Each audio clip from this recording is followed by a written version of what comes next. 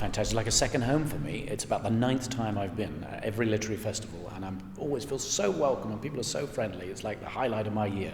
And it's great to have you back. Now, today you've been talking about your new book, It's Up to Us. Let me just ask you, how do you go about condensing and simplifying such a complex subject to young children without frightening them, because climate change is actually quite a scary subject? Yeah, it's a really good point. Well, the first thing is, and I try and do this in all my books, is I try to zoom out so they can see the big picture. And actually, young people are very capable of understanding complex things. Often adults think, oh, this is too complicated, and then they try and patronize to young people and try and make it really simple or whatever. But actually, we need to speak to young people in a natural way, and that is done through pictures as much as words. So this is a picture book with 33 artists from all over the world, and it tells the story of nature, and then we see how nature works when it's in balance, and then we see the problem of what people have done to nature. And you can see these children here, and in the background is some pollution in the air, and explain how by making so many things and by farming in the way we do, we've created all this pollution that puts the carbon dioxide in the air that makes the world hotter. And the carbon dioxide is like a blanket, and it comes from burning fossil fuels. And nature normally puts all that carbon dioxide back into the ground as coal and oil, and we've been pumping it back into the air with our power stations and our cars. And when you explain it like this, it's really easy for the children to understand that we actually have to live our lives in a different way.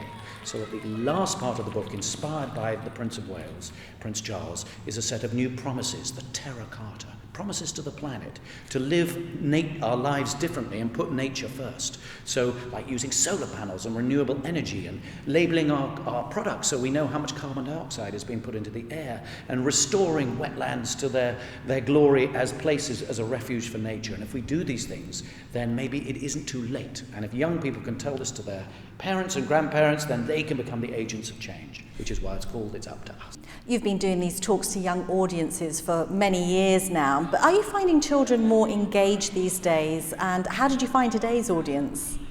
Incredibly engaged. And of course, this is exciting. This is where the hope comes from, because of course they've got the most to gain and the most to lose. So, they want to have a world that's fit for the future, more than any of us do in a way. So by engaging and empowering them to be part of this conversation, by asking them and reaching out to them to talk to the parents in their lives and the grandparents about the issues of climate change, then we can work together as a team, which is another one of these pledges to help solve the problems.